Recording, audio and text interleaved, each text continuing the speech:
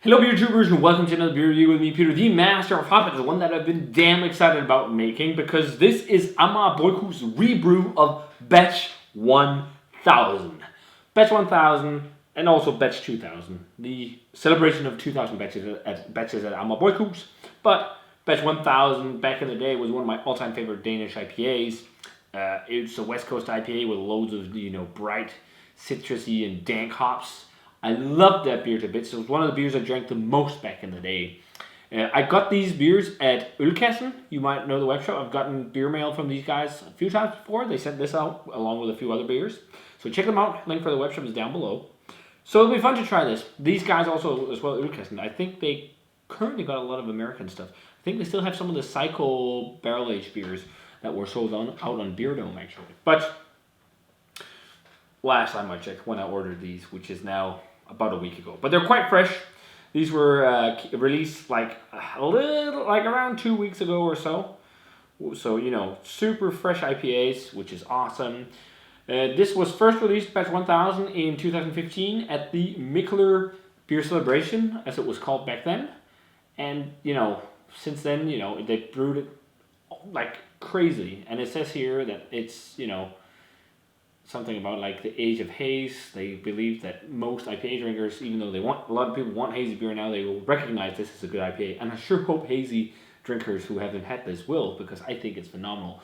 I'd love to see Amager's do more of the beers that they did back then, like this stuff, or Shadow Pictures, the Hill Farmstead collab, which is a fantastic double IPA. All of them like fruity West Coast IPAs.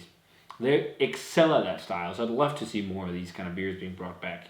And also, just, maybe some new stuff. Also the re-released small bottles I did of Wookiee IPA and Todd the X-Men were amazing. So we'll start off with Batch 1000 before we move to 2000. And as with all Amager's beers, all info is on the label with ingredients and everything. It's 6.5%. It's a double dry hopped IPA brewed with water, barley malts, and the malts are Pilsner, Munich, and Melanoidin. And the hops are Hercules, Amarillo, Chinook, Simcoe, Citra Mosaic, Srirachaise, and Centennial and US Ale Yeast, Srirachaise. That was one of the iconic Amager's flavors. They used it in so many of their famous IPAs, and they just figured out how to work that slight lemongrassy flavor and dill-like flavor well with other hops, as far as I remember.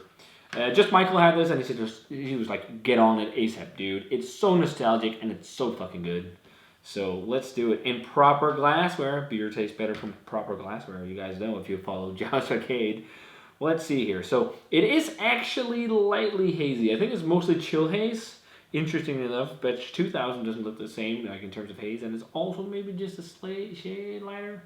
I think that might just be the chill haze, because I think, it's the exact same malt backbone. So it's just like chill haze that makes it look darker. It looks like dark copper on camera, but it's like golden orange. It looks like old school. It looks like West Coast IPA to me.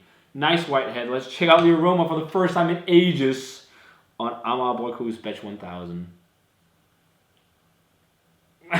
Oh, that is so nostalgic to smell, man. Especially this fresh.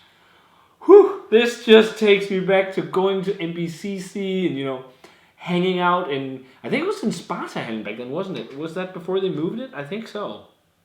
Man.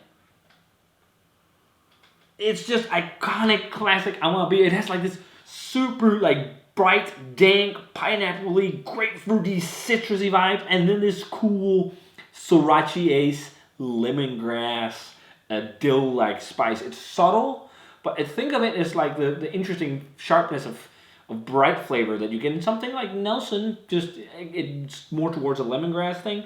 A lot of people don't like it, but I just think for some reason, Amager's could just make it work. I can't remember any other brewery I've had beer from in America or in Europe that's been able to utilize Srirachaise as well as these guys. It's got like tropical vibes too. Again, even like some stone fruit. It smells fantastic. What about the ABVs? I think they used to put that on, or do they? Maybe not. Also doesn't matter. As far as I remember, it's going to be a bitter IPA. So let's give it a taste, guys. Cheers. And thanks to Ølkassen for the beers.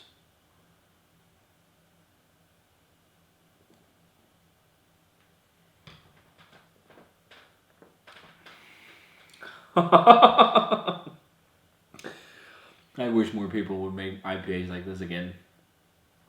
Wow, that's tasty.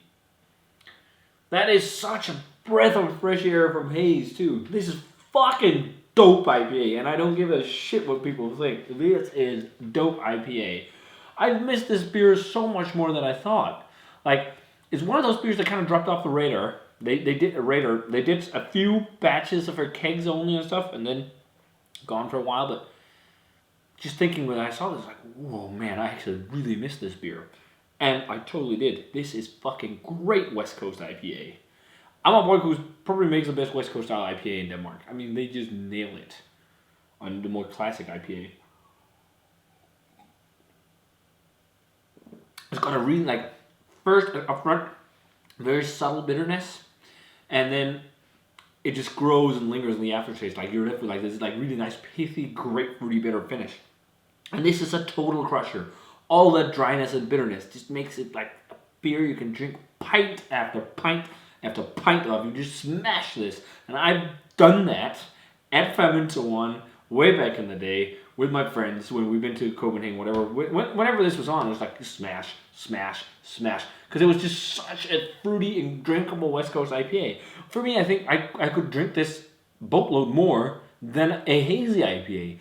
Like, this doesn't get palate fatigue in it, anything like that, because it's not like as saturated with like all those hops, like, and the palate fatiguingness of like these newer IPAs. Not to put any like hazy IPAs to shame in any way, shape, or form. A lot of them are fantastic, but man, I miss this. This is really good. But let's get to some flavors. Up front, it's like really, it's sweet, not too sweet, but it's like sweet. I'm thinking like a bit of stone fruit. There's like sweet apricot. There's sweet orange. There is that like slight bright pineapple, and definitely also like the lemongrass thing, and the aftertaste is just like classic West Coast IPA. Grapefruit, pith, pine, slightly resiny, but super lightly, and also on the pine, it's like a fruit bowl West Coast IPA. If I had to compare it, or just think of San Diego IPAs, but the more classic ones, your Ruination and stuff like, maybe not Ruination, I haven't had that in ages, I can't even remember. As far as I remember, it's very Mandarin orange like. I don't even know how it is anymore because they changed the recipe and all that. But think of those kind of, West Coast San Diego IPAs. Think like old school Alpine IPA type stuff. Maybe a little less bright than that and more old school. But it's in that kind of ballpark, in that vein. It's fantastic. It's world-class West Coast IPA. Love that bitterness. Love that sing of unique lemongrass dill-like spice, and it's just a hint, just to let you know it's there. It's not like in your face dill because you have all the other hops and the grapefruit and everything. So again, the hops were CTC, Hercules, which is CTC, Amarillo, Chinook, Simcoe, Citra, Mosaic. So we've got a few like Citra, Mosaic, Simcoe. That that's where you get a lot of the brightness of, and also the slight kind of tropical vibe. But yeah. Great stuff. Great stuff. So let's try and jump over to batch 2000, which is celebrating 2000 batches at the brewery. And yeah, it says this seems like only yesterday they released batch 1000, and they wanted to kind of follow up on that and the cult following that beer had to brew batch 2000. Even though they brewed it a long time ago, they just saved the number for this beer. So they wanted to give something special and dedicate this to Amager's fans. And make like a classic Amager style IPA, something like what they did back in the day, which is awesome. I love they did that. So I don't know how this is. A lot of my friends who tried these two said they prefer this most, but I think nostalgia is at play there as well. But same malt backbone, but the hops are quite different. We got Summit, Columbus, but Amarillo, Mosaic, and Simcoe like the other one, but also Idaho 7 and Cascade. So it definitely like the hop combo with loads of different hops makes you think of West Coast IPA.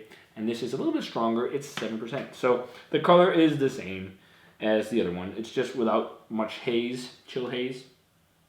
I believe Amager has a centrifuge to get particles and stuff out of the beer. But it looks very nice. It's the same kind of golden orange color. It looks more dark copper on camera, but it's more golden orange with the lights. And that off-white head. Feel the aroma on batch 2000. So yeah, it's a bit more classic. It's not like the big standout, unique thing with batch 1000 is the Sriracha Ace. It really makes it stand out. This smells more actually like classic West Coast IPA than the other one. pithy, grapefruity, like classic Cascade hop flavor, you know, like grapefruit and like citrus rind, citrus pith, and like pine. Maybe even a bit more earthy, this one. But these are just flavors that I think a lot of new palates gravitate away from. They want that like just overripe, crazy, juicy. But fuck man, I miss these kind of flavors. It tastes more like beer, to be honest. It smells fantastic.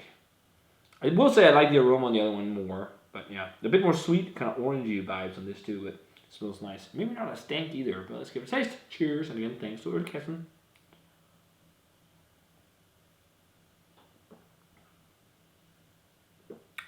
That's also a very nice West Coast IPA. It doesn't seem, there we go. There's some bitterness. Much more orangey. Really orangey.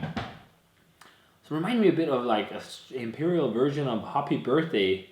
Because I remember that being very orangey and grapefruit orange and mandarin orange like. Again, these scream San Diego IPAs, which is awesome. Classic San Diego IPA, and they drink fantastically. They're also very fresh right now, so you should drink them while they're out. And this fresh, but this is super tasty. But it's a bit more classic, I think. I think this one is a bit standout, or more standout. There's a bit of dankness as well from Idaho 7 and like a nice generic tropical fruit vibe just in like the other one, but it's just like big, bold citrus.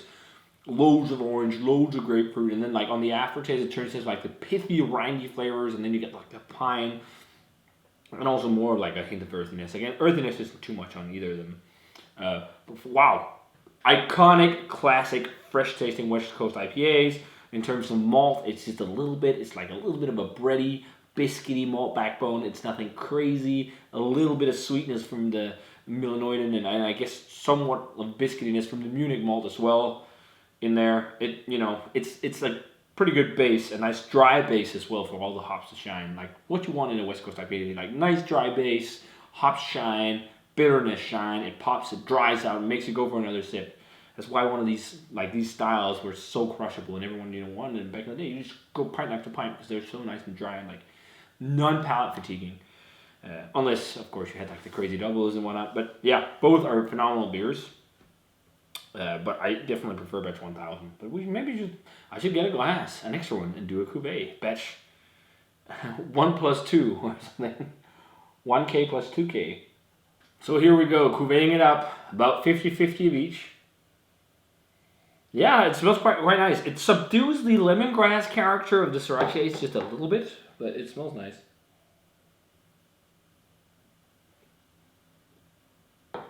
Ooh, that's really good. That's really nice. It's almost as if like the lemongrass and Sriracha and the brightness of Batch 1000 lifts up Batch 2000, so it's like not all orange and tangerine. Yeah, that's a really good cuvee. It's fun to do the cuvees once in a while. This has been a long video. It's nostalgic, but man, these are great beers. I actually deemed Batch 1000 one of the best European IPAs back in the day, back in like 16 or something like that. And I reviewed it twice. I reviewed it for the first time when it was released in 15, and then again in 16. And yeah, I was around 96 to 97 in terms of grade back then, and I completely stand by that. This is world-class, classic West Coast IPA with a hint of brightness from that Sriracha hop. It's fucking dope beer, and I think a lot of people will disagree with that, but for me, this is at least a minimum 4.5 on Untapped, and I can't see why you'd go lower if you love West Coast IPA, because this is brewed exactly how it's supposed to. This is so good. It's so awesome to have this again. I would love to have a few cans of this in my fridge. Maybe like 95, 96, maybe not so much 97, because thinking back, maybe I enjoy something like Afterglow a bit more from Great Notion, and that it's around the same territory. I joined a bit more, but that's definitely more new school, but it's definitely in the world-class territory for West Coast IPA. So, yeah, very good. The Batch 2000, what's also nice, it's just not got the same level of pop and brightness and sing as 1000. It's just, again, it's very orange-centered and like the piney and pith and all that. It's still a very nice West Coast IPA, but I don't like it as much, but I still think it's really, really good. I just don't think it's world-class. So let's go like a 93, 94 on that one. Maybe 93. It's very good West Coast IPA, but what really makes Special 1000 stand out and sing and make it different to a lot of other West Coast IPA is really Sriracha Ace, which I'm a boy who's really found out how to utilize well in IPAs. This is really good. I almost crushed this entire can in the review. That's how drinkable it is. But man, fantastic. I'm a boy who's thanks so much for rebrewing this. And thanks a ton for doing another West Coast IPA that's also really, really good. Because that style done really well is now getting quite hard to come by. So, thanks to you guys. As always, guys, remember to comment, subscribe to the Facebook fan page and Twitter and Instagram. Give the video a thumbs up if you enjoyed it. And ring the bell for future notifications about videos. Check out our Bryghus, of course. And, of course, also check out Ölkassen, who supplied the beers. Thanks a bunch to Ölkassen for the beers. Link for the shop is down below. And if you had these, let me know what you thought of them. Which one's your favorite? Do you have a favorite Bryghus IPA of the classic kind? Let me know. And I'm going to say cheers in batch 1000 and see you guys in another beer review. Cheers.